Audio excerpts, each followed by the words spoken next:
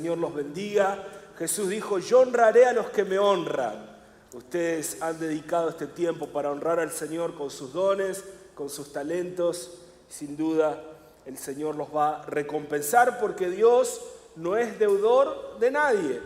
El Señor mismo nos enseñó en su palabra, dice, no debáis a nadie nada sino el amar unos a los otros. Entonces, si Dios nos dice que no hay que deberle nada a nadie, es claro que Dios nos da el ejemplo y Él no le queda debiendo nada a nadie. Todo lo que hacemos para el Señor, inclusive hasta cuando le damos un vaso de agua fría a un necesitado y lo hacemos como si lo estuviéramos haciendo para el Señor, dice que no nos dejará sin recompensa por ese servicio prestado a alguien que no tiene recursos ni forma de recompensarnos, pero Dios se encarga de recompensarnos. Amén. Gloria a Dios. Quiero que abras tu Biblia en el libro de Josué, capítulo número 1. Voy a leer 3 textos bíblicos, 3 pasajes bíblicos diferentes, y este es el primero que se encuentra en Josué, y los 3 textos de 3 diferentes libros de la Biblia nos traen un mismo concepto, una misma enseñanza que vamos a estar tratando en esta noche.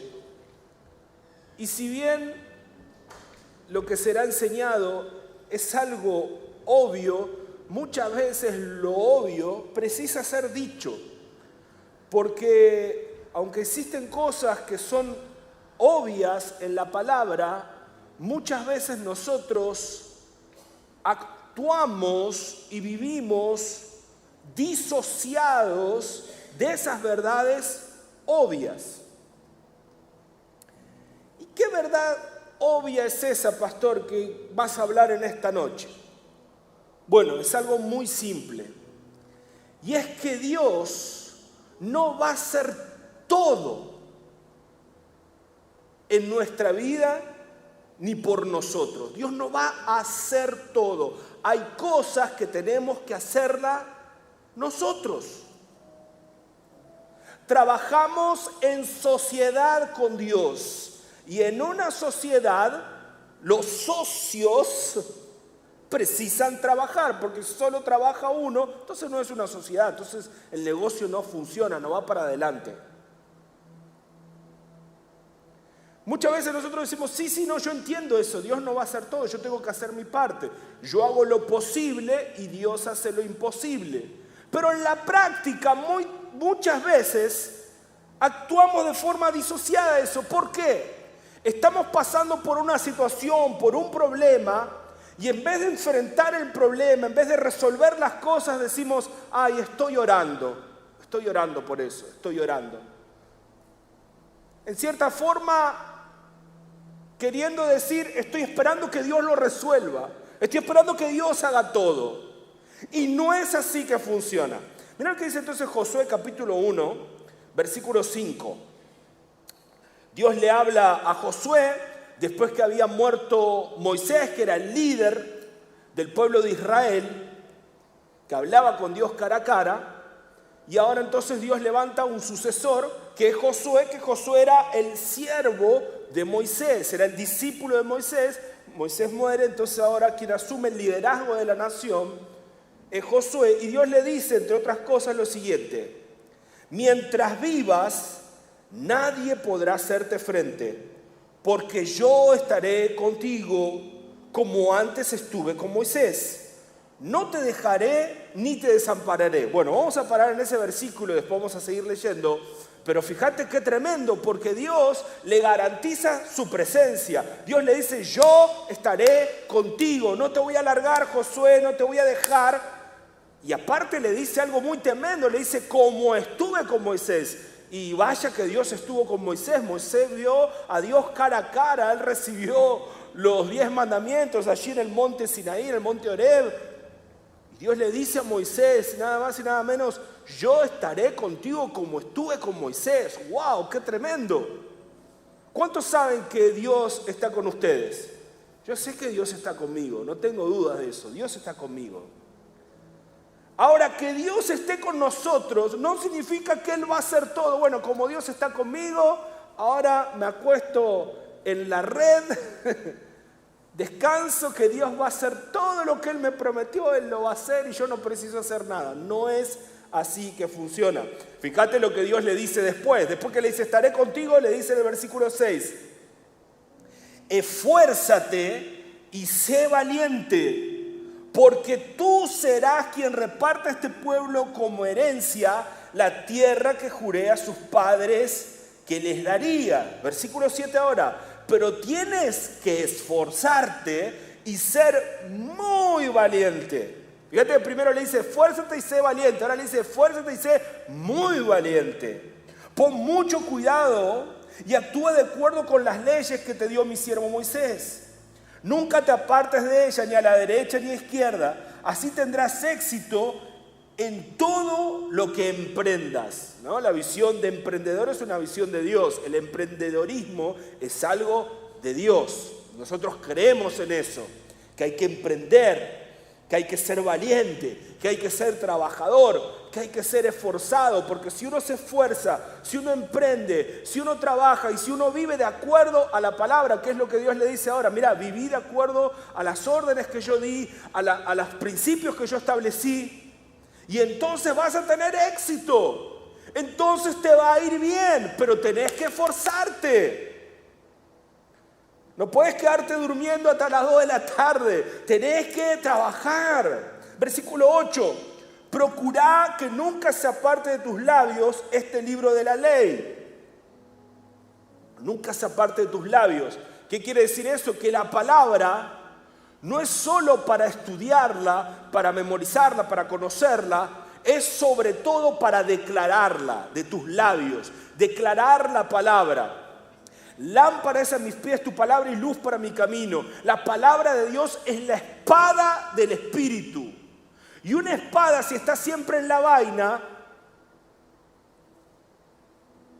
medio que acaba siendo inútil, apenas un adorno. Ahora cuando la espada sale de la vaina y la usás para, ya sea para cortar un gajo de alguna cosa o para defenderte y luchar contra un enemigo, ahí está siendo usada para lo que fue creada, para cortar. Y la palabra de Dios es espada del Espíritu. Y nosotros estamos en una lucha contra principados y potestades. Vos no lo estás viendo, pero hay ángeles de Dios en este lugar. Pero también hay una lucha contra demonios, espíritus inmundos. En mis tantos años ya de caminar con Cristo, he pasado por situaciones de ver gente endemoniada, gente poseída por el diablo. Una chica flaquita con voz finita, cuando el demonio se manifestó, una voz y una fuerza de romper bancos y todo. Hasta que en el nombre de Jesús, como dice, en mi nombre echarán fuera demonios, el demonio fue expulsado y quedó libre. Quedó leve. Pero fue declarada la palabra sobre ella. En el nombre de Jesús, sé libre de ese demonio, sé libre de ese mal. Y hay demonios que atormentan a la gente. Hay casas que están poseídas por demonios. Personas que ven bultos en las casas, de repente movimientos raros.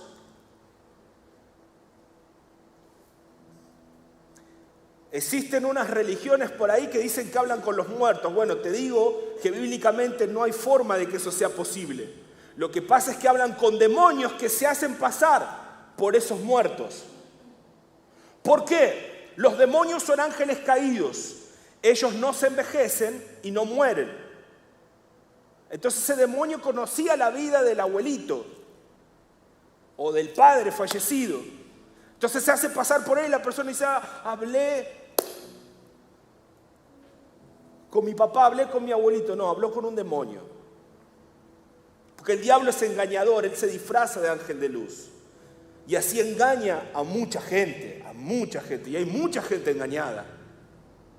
Gente que socialmente, culturalmente, hasta tienen sus diplomas, tienen su cultura, pero van y se meten en esos lugares hablar con un medium, hablar con un espíritu, hablar con una entidad. Son demonios. Es algo satánico, es algo diabólico. Es algo que trae mal. Porque el diablo da con una mano y arranca con las 4 patas. Es un engañador, es un ladrón. Y nosotros no podemos caer en esos embustes del diablo. Tenemos que vivir por la palabra y en la palabra. Tenemos que declarar la palabra. No se aparte de tus labios la palabra. Medita en la palabra de día y noche para que actúes de acuerdo con todo lo que está escrito en él. Así harás que prospere tu camino y todo te saldrá bien. Esto es lo que Dios quiere. Éxito, triunfo, bendición. Dios no es malo, Él es bueno. Dios no planea cosas malas para ti, Él tiene un plan bueno para ti. Pero tienes que hacer tu parte, vivir de acuerdo a la palabra, esforzarte, trabajar, ser socio con Dios. No dejar y esperar que Dios haga todo porque así no funciona. Versículo 10. Entonces Josué les ordenó a los oficiales del pueblo: recorran todo el campamento y díganle al pueblo que prepare comida, porque dentro de 3 días ellos cruzarán el Jordán para tomar la tierra que el Señor nuestro Dios va a darles.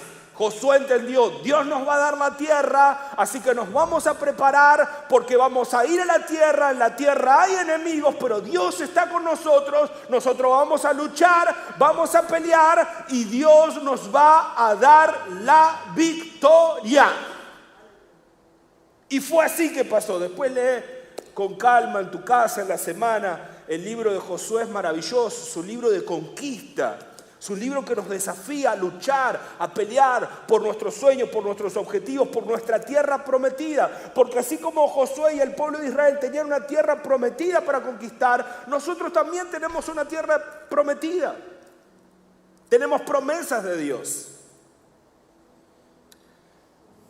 Mira, yo te cuento, hace varios años que estoy viviendo en Brasil, desde 2008. Estamos hablando de 17 años. Y cuando llegué como misionero, después de graduarme en el Instituto Bíblico en Argentina, tenía la visión, el propósito de venir a Bucios para tener un ministerio hispano, así como en Estados Unidos hay muchos hispanos y hay iglesias hispanas y ministerios hispanos. Tenía ese proyecto, esa visión. Pero claro, yo no tenía recursos. Yo llegué a Brasil apenas con un bolsito. No eran ni esas valijas lindas que existen hoy. Era un bolso. Pero con fe en el corazón y con una promesa. Era mi tierra prometida, era aquí en Bucios. Pero yo estaba en Casimiro de Abreu. Después de Casimiro de Abreu fui para Macaé. Cuando estaba en Macaé fue que conocí a mi esposa Priscila por internet.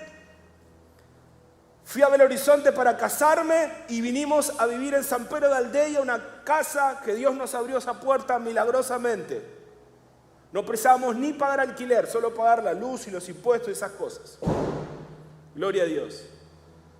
Y en ese tiempo yo era un predicador itinerante, no tenía un sueldo fijo, un dinero fijo con el que contar. Y muchas veces me invitaban a predicar en Campos dos Goytacazes o en Macaé o en otras ciudades.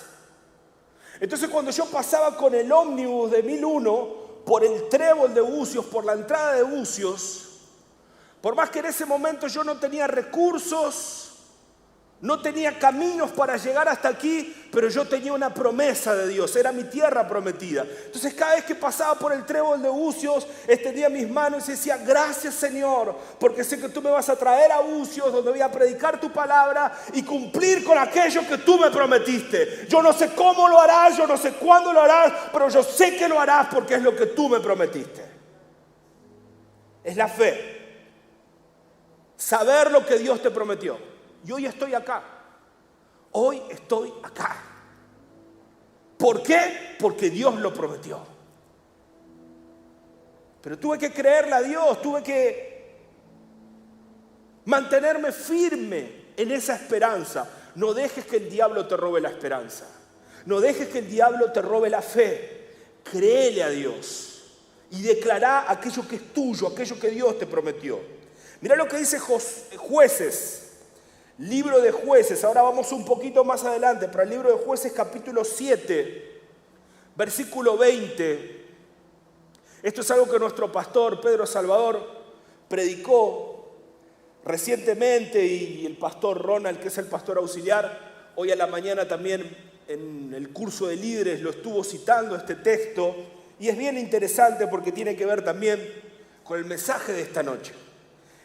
Dice Jueces capítulo 7, te cuento que ya en esta época los israelitas estaban en la tierra, pero se habían apartado de Dios, y cada vez que ellos se apartaban de Dios, los enemigos venían y les robaban y los maltrataban.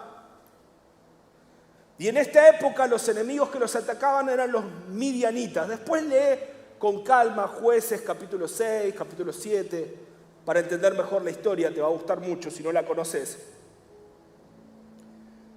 Pero Dios en su misericordia, en su gracia, viendo el sufrimiento del pueblo, levanta un libertador llamado Gedeón. Que él se veía pequeño y decía, no, Dios, a mí me vas a usar. Sí, a vos. Aunque vos te veas como un nada, yo te veo como un valiente. Y vos vas a ser mi instrumento, Gedeón. Y él reunió mucha gente para luchar contra los medianitas. Eran miles. Y aún así no llegaban a la cantidad de los medianitas, que eran mucho más. Pero Dios le dice, no, mira, son muchos. Decile que aquellos que tienen miedo, que no quieren luchar, que se vuelvan a su casa. Y ahí se volvieron un montón, pero todavía quedaban unos miles. Y Dios dice, no, todavía son muchos, porque si ellos ganan pueden creérsela, pueden pensar que fue por su fuerza. Llévalos al agua. Los que vivan de determinada manera los separás y vas a ir con eso. Bueno, quedaron solo 300. Solo 300. Pero Dios iba a usar estos 300 para dar la victoria. Mirá lo que dice Jueces capítulo 7, versículo 20. Los tres grupos hicieron lo mismo, tocaron sus trompetas y quebraron los cántaros, que fue la estrategia que Dios le dio a Gedeón, atacar de noche. Con la mano izquierda tomaron las teas y con la derecha las trompetas, mientras gritaban por la espada del Señor y de Gedeón. No voy a predicar sobre la historia, pero sí quiero tomar esta parte. Por la espada de Dios y por la espada de Gedeón. ¿Por qué? En esta lucha y en esta victoria que obtuvieron, estaba la espada de Dios, estaba lo milagroso, estaba lo extraordinario, estaba lo sobrenatural, pero también estaba lo humano, la espada de Gedeón. Gedeón era el instrumento de Dios para liberar al pueblo de la opresión de los medianitas. ¿Qué te quiero decir con esto? Que Dios quiere usarte como un instrumento. Que Dios va a hacer cosas grandes en tu vida, pero hay una parte que te toca a ti, porque es la espada de Gedeón y la espada de Dios. Y ahí cuando digo la espada de Gedeón, puedes poner tu nombre. Para lo que Dios quiere hacer conmigo, sé que es la espada de Dios, pero también es la espada de Omar Saracho. Hay cosas que tengo que hacerlas, que no puedo dejar de hacerlas, que no puedo omitirme, que no puedo pedirle a otro que las haga por mí. Hay cosas que me cabe a mí hacerlas. Hay cosas que te cabe a ti hacerlas. Y hay cosas que vos nunca podrías hacer, que el Dios que está contigo las hará. Porque Dios al que llama, respalda. Y Dios cumple lo que promete. Por la espada del Señor y de Gedeón. ¿Qué es lo que Dios te prometió? ¿Qué es lo que te cabe a ti hacer para que eso se haga una realidad? No boicotees tus sueños. ¿Qué es boicotear? Es cuando haces lo contrario a lo que esperás. No, si vos esperás algo de Dios, trabajá en pro de eso, para que eso se haga una realidad. No juegues en contra de lo que Dios te prometió y de lo que Dios quiere hacer con vos. No destruyas tu vida en vicios, en cosas malas, en cosas que no te van a traer beneficios. Dios te quiere dar una familia, Dios te quiere dar una buena vida, Dios te quiere dar bienestar. Entonces, cuida tu comunión con Dios, cuida tu cuerpo que es el templo del Espíritu Santo, alineate con la promesa de Dios, porque hay espada de Dios, pero también espada de Gedeón, o sea, lo que a ti te toca hacer y realizar. ¿Cuántos están entendiendo? Digan amén. Bueno, ahora vamos para el tercer pasaje. Te dije que eran 3 pasajes bíblicos, ya pasamos por Josué, ya pasamos por Jueces, ahora vamos al profeta Ageo. Ageo es uno de los profetas menores. En los libros proféticos se hablan de profetas mayores, que son los que profetizaron más, tienen más capítulos, y los profetas menores, que son libritos más chiquitos, con profecías no tan extensas, pero profecías, en fin. ¿Qué es la profecía? Cuando Dios habla a través de alguien, y en la Biblia nosotros tenemos profecías bíblicas, que son las infalibles, las más seguras. Ageo capítulo 2, versículo 3, Dios comienza aquí esta parte con una pregunta y dice: ¿hay entre ustedes alguien que haya visto el esplendor que antes tuvo esta casa? ¿Qué les parece ahora? ¿No es verdad que la ven como muy poca cosa? Bueno, te hablo un poquito del contexto para que te sitúes. Leímos Jueces, después de Jueces vinieron los reyes. Pero como te decía, cada vez que el pueblo se apartaba de Dios, los enemigos venían. ¿Por qué? Porque ellos estaban abriendo brechas en el mundo espiritual, estaban abriendo espacio para que el enemigo los atacara. Porque el mundo físico está ligado al mundo espiritual. Entonces, si vos le fallás al Dios invisible, eso va a repercutir en tu vida visible. Lo físico es regido por lo espiritual. Y entonces hubo una división entre las 12 tribus de Israel. Se separa el reino del norte, Israel, y el reino del sur, el reino de Judá. El reino de Israel, las 10 tribus, fueron llevados cautivos por los asirios. El tiempo pasó y el reino de Judá, que era donde estaba Jerusalén y estaba el templo que Salomón había construido, fueron llevados cautivos a Babilonia y fue destruido el templo.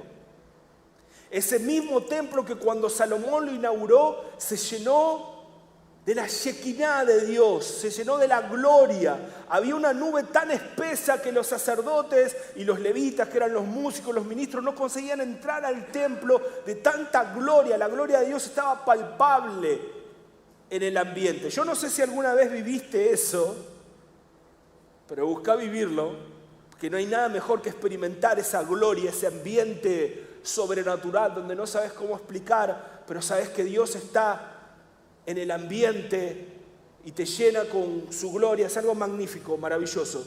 Busca tener esas experiencias con Dios. Pero en fin, ¿qué pasó entonces? Después que Salomón inauguró el templo, fueron viniendo otros reyes y se fueron apartando de Dios. Por eso que fueron llevados cautivos. Pero Dios había prometido que después de 70 años de cautividad en Babilonia iban a regresar a la tierra. Y regresaron. Pero claro, regresaron y se encontraron una ciudad en ruinas. Entonces lo primero que tuvieron que hacer es restaurar los muros de la ciudad. Ahí está el libro de Nehemías, de Esdras, que cuentan un poco de eso. Restaurar los muros. Y claro, había que restaurar también el templo. Entonces, los más viejitos, con más de 70 años, de 80 años, habían visto el primer templo. Entonces dice, ¿ahora qué les parece esto? Les parece, claro, poca cosa, porque ya vieron el esplendor, ahora ver esto, una tristeza total. Pero dice el versículo 4 de Ageo 2, donde estamos. Pues esfuérzate ahora, Zorobabel, que era el líder, y esfuérzate también tú, Josué, que es otro, Josué, hijo de Josadat, sumo sacerdote, o sea, estaba hablando para el líder político y para el líder espiritual. Y ustedes, pueblo todo de la tierra, cobren ánimo y pónganse a trabajar, que yo estoy con ustedes. Ven nuevamente, Dios dice, yo estoy con ustedes, pero ustedes tienen que trabajar. Palabra del Señor de los ejércitos, mi espíritu estará entre ustedes, de acuerdo con el pacto que hice con ustedes cuando salieron de Egipto, así que no tengan miedo.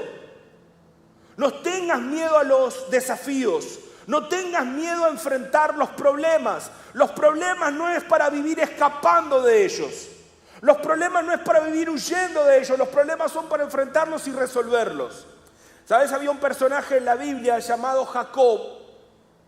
Fue elegido, fue llamado por Dios. Dios lo eligió de cuando estaba en la panza de su madre. Jacob, él nació con un hermano mellizo. Su hermano mellizo se llamaba Esaú. Y la Biblia dice que estaban en la panza, no habían hecho ni bien ni mal, pero Dios ya había elegido a Jacob. Porque la predestinación existe. Pero Jacob, él tenía una particularidad. Él se escapaba de los problemas. Cuando había un problema, se iba, huía de los problemas. Hasta que una noche en que él se encuentra con un ángel de Dios y el ángel de Dios lucha con él y él lucha con el ángel y dice que el ángel de Dios lo hiere en el muslo, la pierna. ¿Sabes por qué? Porque Dios quería que él parara de huir, parara de escaparse de los problemas. Ahora él ya no podía escaparse más, ahora él tenía que enfrentar. Él tenía un problema familiar, su hermano Esaú años atrás lo había jurado de muerte y tenía que dar la cara con su hermano. Basta de escapar de los problemas, basta de huir de los problemas, basta de querer meter la basura debajo de la alfombra. Si hay basura hay que sacarla. Si hay un problema hay que resolverlo, hay que enfrentarlo. No vivir en la oscuridad, en lo oculto, en el ocultismo. Nosotros somos de la luz. Y si hay una debilidad, si hay una flaqueza, la voy a exponer delante del Señor para que Él me cure, me sane y me haga libre de ese vicio, de ese mal, de ese problema. Yo no quiero vivir enfermo, yo no quiero vivir leproso. Yo no quiero vivir escondiéndome, yo quiero ser libre porque fue a libertad que el Señor me llamó. Así que Dios dice, yo estoy con ustedes. Trabajen duro y no tengan miedo. Versículo 6. Así dice el Señor de los ejércitos. Dentro de poco tiempo haré temblar los cielos y la tierra, el mar y la tierra seca. ¿Ves? Lo sobrenatural le cabe a Dios hacerlo. Nosotros hacemos lo natural y Dios viene por encima de lo que hemos hecho y trabaja sobrenaturalmente. Versículo 7. Haré temblar a todas las naciones, entonces vendrá lo más deseado por todas las naciones y llenaré de gloria esta casa, lo digo yo, el Señor de los ejércitos. Dios está diciendo, mira, en aquel primer templo se manifestó la nube, pero lo que se va a manifestar en esta segunda casa es mayor. Y realmente, de hecho, fue mayor porque en ese templo entró Jesús, Dios hecho hombre, estuvo allí. Sigamos. Versículo 8. No, perdón, vamos a seguir en el 7. Haré temblar a todas las naciones, entonces vendrá lo más deseado por todas las naciones y llenaré de gloria esta casa. Lo digo yo, el Señor de los ejércitos. Ahora sí, versículo 8. La plata y el oro son míos. Palabra del Señor de los ejércitos. Al final, la gloria de esta casa será mayor que al principio y haré que en este lugar haya paz. Lo digo yo, el Señor de los ejércitos. Palabra del Señor de los ejércitos. Dios está diciendo, mía es la plata, mío es el oro, míos son los recursos. Puede ser que vos no tenés nada. Como yo no tenía recursos para llegar a Bucios, pero el dueño del oro y la plata fue el que me llamó a venir a esta ciudad. Puede ser que para aquello que Dios te prometió, vos no tenés nada, no tenés un centavo, pero si es el dueño del oro y la plata que te prometió, no te preocupes por el dinero, por el recurso, porque va a aparecer. El dinero que necesitas ya existe. Ya existe, anda dando vuelta por ahí. Te puedo contar un secreto, pero no se lo cuentes a nadie. Dios me va a dar una mansión en Joan Fernández. Ya está ahí, ya está en Joan Fernández. ¿Cuándo me la va a dar? ¿Cómo me la va a dar? Yo no sé, pero Dios me la va a dar. Yo sé que Dios me la va a dar, porque Dios me dijo que me la va a dar. Hoy vivo de alquiler, hermano, vivo de alquiler en San José. Está quedando grabado esto. Después cuando Dios me dé la mansión te muestro el antes y el después. Que es así que funciona. Es por la fe, hermano. Es por la fe, es creerle a Dios. Yo no podía venir a Bucios y Dios me trajo. Yo soñaba con casarme, con tener una familia. Está ahí, por ahí, Priscila cantó aquí, está ahí, Guido, Eloá. Te cuento otra cosa, mirá, están ahí mis suegros. Geraldo y Silene vinieron de Belo Horizonte, mañana ya están volviendo para Belo Horizonte, Minas Gerais. Vos sabés que cuando yo veía en las películas esos casamientos lindos, maravillosos, siempre pensaba, wow. Hasta es gracioso, ¿no? Porque yo cuando era chiquito miraba en las películas esos casamientos, wow. Y el primer casamiento que fui fue de un tío mío, hermano de mi mamá. Son 3 hermanos. Mi mamá nació en Corrientes, en el norte de Argentina, todo bien precario. Y el casamiento de mi tío fue lo más simple que te puedas imaginar, en una iglesia sin piso, sin nada. En ese tiempo nosotros no éramos evangélicos, fue una iglesia católica y todo. Pero claro, para mí fue una decepción, porque claro, lo que yo miraba en las películas con el casamiento de mi tío, digo, no era lo que yo, ¿no? Como se dice, expectativa, realidad. Pero ¿sabes una cosa? Mirá cómo son las cosas, ¿no? Yo la conozco a Priscila, nos ponemos de novios y nos casamos en 6 meses. Y vos sabés que aquí en Brasil hay una costumbre que el padre de la novia paga la fiesta. Y poco tiempo, cuestión de semanas antes de que la conozca Priscila, que fue como te dije en 6 meses que nos casamos, mi suegro había vendido una hacienda porque iba a comprar otra que ya estaba palabrada. Solo que vendió esta hacienda, cuando fue a comprar la otra, la mujer le dijo, no te la vendo.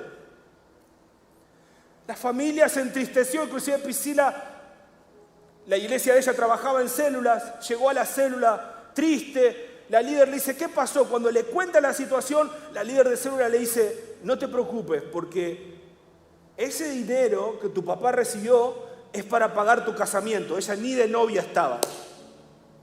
Esta mujer está delirando. Y de hecho, Dios nos dio una fiesta de casamiento enfrente a la laguna de Pampulha, que es el lugar más lindo, más notable de Belo Horizonte, en un salón maravilloso. Y como mi suegro tiene muchos amigos, teníamos, ¿cuánto? Más de 300 invitados, Geraldo. Más de 300, ¿no? Convidados, 400. Más de 400 invitados. Un casamiento de ensueños para este argentino que llegó a Brasil con un bolsito. ¿Sabes lo que pasa? Que Dios es el dueño del oro y la plata. Vos no tenés, pero Dios tiene. Y Él hace aparecer de donde menos te imaginás. La cuestión es vivir en Dios y con Dios. Vivir las promesas que Dios tiene para nosotros. ¿Sabés qué es lo más lindo? Que con Dios nunca se pierde, con Dios siempre se gana. Dios no resta ni divide, Dios suma y multiplica. Y Él ahora está diciendo, la gloria postrera será mayor que la primera. La gloria final va a ser mayor que la del principio, porque Dios nunca nos lleva para atrás. Dios siempre nos hace prosperar, Dios siempre nos hace avanzar. Dios siempre hace algo mejor. Entonces no llores por el pasado, no vivas de forma melancólica, depresiva. Hoy el pastor Pedro en la predicación habló sobre eso. ¿Sabías que exceso de pasado trae depresión? Exceso de futuro trae ansiedad. Entonces lo que tenemos que vivir es el hoy que Dios nos dio y con alegría servir al Señor, porque este es el día que el Señor hizo para que nos alegremos y lo sirvamos con placer. Dios es Dios. Dios es bueno y para siempre su misericordia. Entonces no llores por el pasado, no vivas melancólico. ¿Sabes? Yo muchas veces tuve este trauma y me decía, ¿por qué? Si yo hubiera hecho así, si yo hubiera hecho asado, si yo no hubiera cometido aquel error. Y esas son las acusaciones de Satanás, para entristecernos, para robarnos la alegría. Y lo interesante es que siempre, y si hubiera, siempre idealizamos y pensamos que el otro camino iba a ser, cuando ni sabemos. Y no debemos llorar por lo perdido, porque lo que Dios tiene es mejor y mayor que lo que habíamos perdido. Dios es un Dios de restitución, de 100 veces más, de gloria postrera mayor que la primera. Entonces no llores por esa persona que te dejó, que te abandonó. No llores por lo que has perdido. Ayer me mandó mensaje un amigo argentino que se casó con una colombiana, está en Colombia, hasta fue un amigo que vino para mi casamiento ese día ahí en Belo Horizonte. Y hacía mucho tiempo que no hablábamos. Y él me pregunta, che, ¿y tu casa en Argentina? ¿Qué pasó? ¿Cómo quedó la cosa? Le digo, mira, esa casa fue usurpada. La casa que era de mi papá, que heredé en Argentina, fue intrusada, entró gente. Le digo, mira, y yo hice todo lo que yo podía hacer y lo que tenía para hacer. Viajé a Argentina, firmé un poder para una abogada. Le digo, entonces para mí eso es algo que ya pasó, que ya lo superé, que ya está. Lo que Dios tiene para darme es mucho mejor, mayor y más lindo. No voy a estar llorando, porque me robaron la casa, me usurparon la casa. Voy a vivir llorando y depresivo, por eso no, ya está. Estoy con la conciencia limpia, leve, tranquila, que yo hice mi parte. Las personas que robaron, que usurparon, darán cuenta delante de Dios. Yo aquí en Bucios, aunque estoy pagando alquiler, estoy tranquilo. Lo que Dios tiene para mí, nadie lo va a tomar, porque es mío. Todo tiene un tiempo y un proceso de Dios. Entonces, si perdiste algo, sea una casa, sea una relación, sea dinero, sea lo que sea, no te preocupes. Conté días atrás, semanas atrás, subiendo la nena al auto con el carrito y con todo, dejé una notebook. Perdí una notebook en el centro de Bucios. Está llorando, perdí una notebook. Ya está. Son cosas materiales, hermano. Hoy la tenés, mañana no. Material va y viene. Ahora lo que no podemos perder es la fe. Lo que no podemos perder es la esperanza, es el amor, es la presencia, es la gloria de Dios, es nuestra relación, nuestra comunión con Dios. Eso sí no podemos perder. David, cuando fue confrontado por el profeta Natán, él escribe el Salmo 51 y él dice, Señor, no quites de mí tu Santo Espíritu. Si quieres quitarme el reino, el palacio, si quieres quitarme todo, haz lo que quieras, pero no me quites tu presencia. No me quites tu Espíritu, porque no hay nada, hermano, no hay nada más valioso que la presencia de Dios. No hay nada más lindo, más glorioso en nuestra vida que la presencia de Dios. Dios es fiel, ponete de pie. Mañana es lunes, mañana es un día de salir a derrotar gigantes, a derrotar leones y osos que quieren devorar nuestras ovejas. Pero si Dios está con nosotros, ningún enemigo podrá hacernos frente. Los comeremos como a pan, dijo Josué y Caleb. Oremos al Señor, ahí donde estás, orá. Señor, gracias por desafiarnos, gracias porque somos socios contigo, tenemos un llamado, un propósito, una tierra prometida a conquistar y ya es nuestra. El Señor nos dijo que es nuestra, que está con nosotros.